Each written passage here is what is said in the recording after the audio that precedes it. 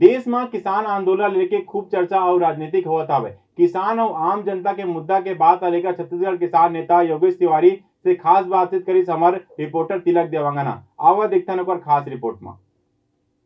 नमस्कार, the news में आपका स्वागत है। आज हम ऐसे शख्स से बातचीत करेंगे जो खेती किसानी और किसान नेता के रूप में जाने जाते हैं। लगातार राजनीति में 30 साल से भी ज़्यादा राजनीति की है। वही बता दें कि छत्तीसगढ़ राज्य बनने के पहले भी उनका राजनीति फ्लो में था।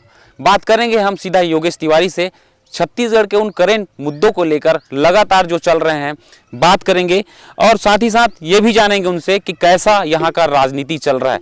योगेश तिवारी जी, आपका स्वागत है कार्यक्रम में। धन्यवाद द न्यूज़ का, जो आज हम लोगों को कम से कम अपनी बातों को पहुंचाने का आप अवसर दे रहे हैं, उसके लिए बहुत बहुत आपका धन्यवाद। दिल्ली में किसान आंदोलन लगातार 50 से ज़्यादा दिन हो चुके हैं। किसान सड़क पर बैठे हैं। सरकार का 10वीं बार की बात जो है फैल हो चुका है बातचीत करने का। क्या लगता है, समर्थन मूल्य में बढ़ोतरी या उनको कानून में लाना या फिर कृषि कानून सीधा रद्द करना, केंद्र सरकार को क्या करना चाहिए? अगर पूरे देश में जब किसान अगर इस बात पे सहमत नहीं है एमएसपी लागू करने के लिए, बहुत सारे स्टेटों में विरोध हो रहा है, कुछ ही जगह समर्थन हो रहा है। पहले तो ये चीज़ों को लोगों को तक उनको समझाया जाना चाहिए था कि एमएसपी क्या चीज़ है, एमएसपी से फ़ायदा क्या है, नुकसान क्या है। ये दोनों पहलुओं को किसानों को समझाया जाना चाहिए था। बहुत सारे लोगों को जानकारी नहीं है। ठीक है, आप मिनिमम सपोर्ट प्राइस की बात कर रहे हैं, एमएसपी लागू करने से किसानों को फ़ायदा होगा। किसान किसी भी ज़िले का किसान कहीं भी जाके उसको अच्छे मूल्य में बेच सकता है। ये अच्छी बात है कि उसको कहीं भी बेचने की आज़ादी मिलनी चाहिए। लेकिन अगर किसानों के मन में ये डर है कि आज उनको समर्थन मूल्य सरकार के द्वारा दी जा रही है, लेकिन अगर वो बंद हो जाएगी, अगर दूसरे स्टेट के लोग जब जिस स्टेट में ज़्यादा रहेगा अगर वहाँ बेचेंगे तो उनका अधिकार छिन जाएगा। इस कारण से लोग विरोध कर रहे हैं कि उनको कम से कम जो समर्थन मूल्य जो सरकार का है कि वो कम से कम उनको लागू होना चाहिए। तो बहुत सारी चीज़ों को स्पष्ट करना चाहिए। और किसान आज बहुत दिनों से विरोध में, बहुत सारे किसानों की यानी ये स्थिति हो कि उनका प्राण तक क्या उन्होंने त्याग दिया इस आंदोलन के चलते।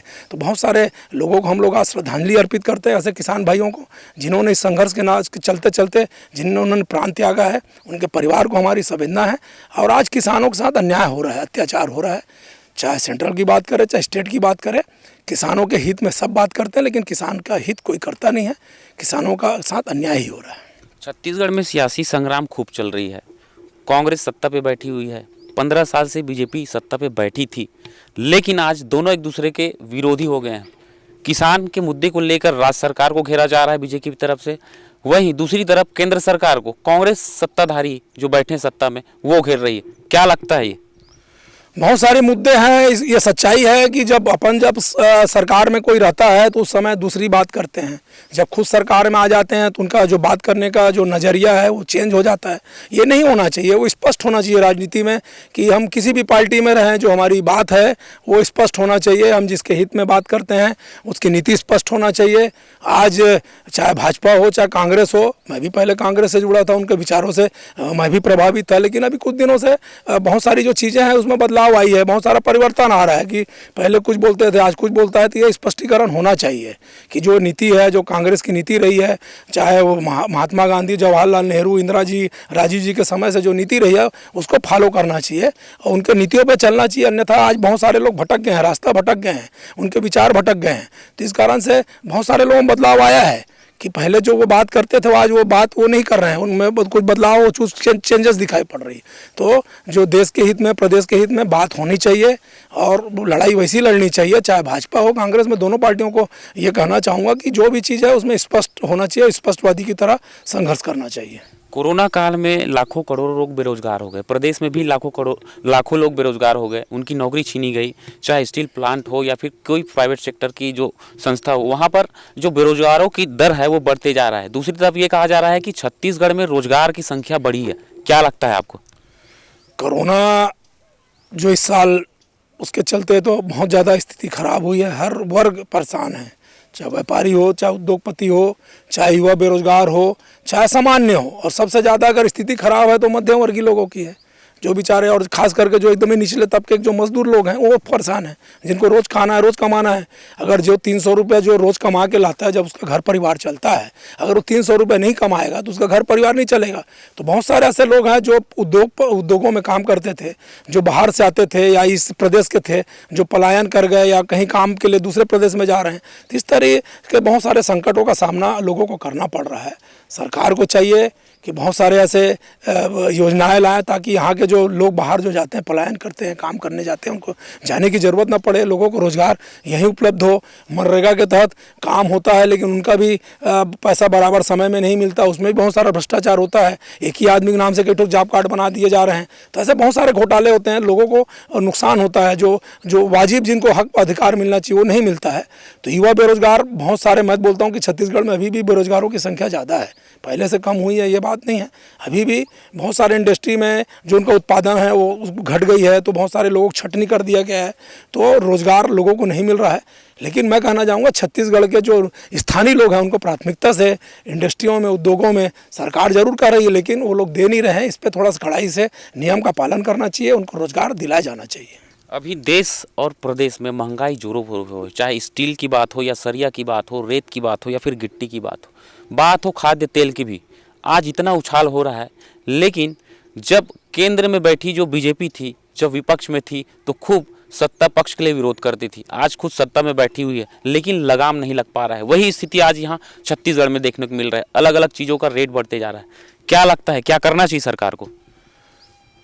व्यापारी लोग एक अपना रिंग बनाकर, एक कॉकटेल बनाकर, ये लोग जिस तरह से कई चीज़ों का जो रेट बढ़ाते हैं, इसका कुछ ऐसा नीति बनना चाहिए, निर्धारित होना चाहिए। आज दुख की बात है, हमारे छत्तीसगढ़ में खनिज संपदा से अटा पड़ा हुआ है।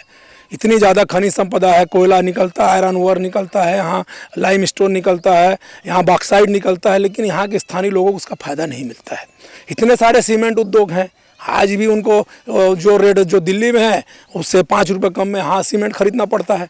ये एक छत्तीसगढ़ स्टेट के लिए निर्धारित होना चाहिए कि उनको आपको ये रेट में आपको खनिज संपदा यहाँ के लोगों को उपलब्ध कराई जाएगी।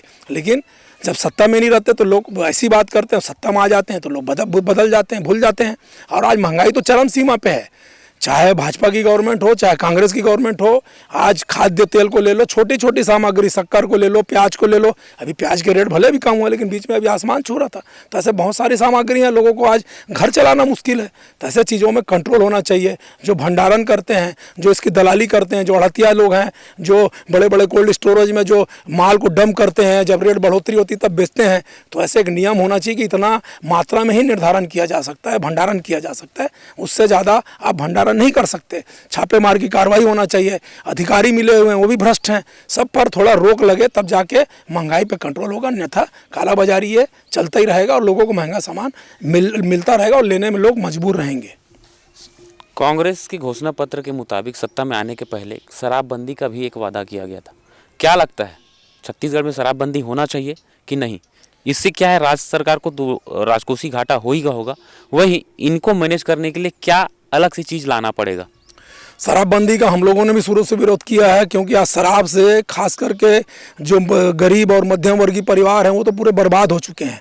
महिलाएं रोड पे आ गई हैं, महिलाएं बेचारी इतना ज़्यादा परेशान हैं। अगर कोई युवा बेरोजगार है, उनका घर का कोई परिवार का सदस्य है, अगर 300-400 कमाता है तो 250-200 रुपये का वो शराब पी खा जाता है, बस्ता 100-150 रुपये में एक बेचारी घर की महिला, एक घर की गृहिणी कैसे घर चलाएगी?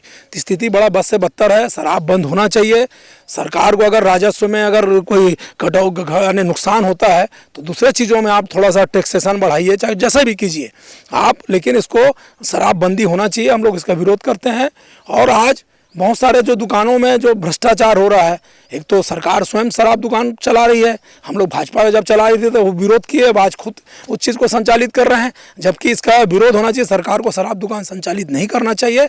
उसके अलावा जो ओवर रेट में शराब बेचा जा रहा है, मैं तो खैर शराब दुकान नहीं, लेकिन लोग बताते हैं जो 90 रुपये 100 रुपये में चीज़ मिलता है उसको 20 रुपये 30 रुपये एक्स्ट्रा में वहाँ के कर्मचारी बेच रहे हैं, उस पर भी रोक लगना चाहिए। ये तो बहुत बहुत अन्याय है। एक तो बेचारा ऐसी परेशान है उनके घर के लोग, और एक्सेस पैसा दे के और शराब खरीदी जा रही है, तो ऐसे चीज़ों में तत्काल प्रतिबंध लगाया जाना चाहिए।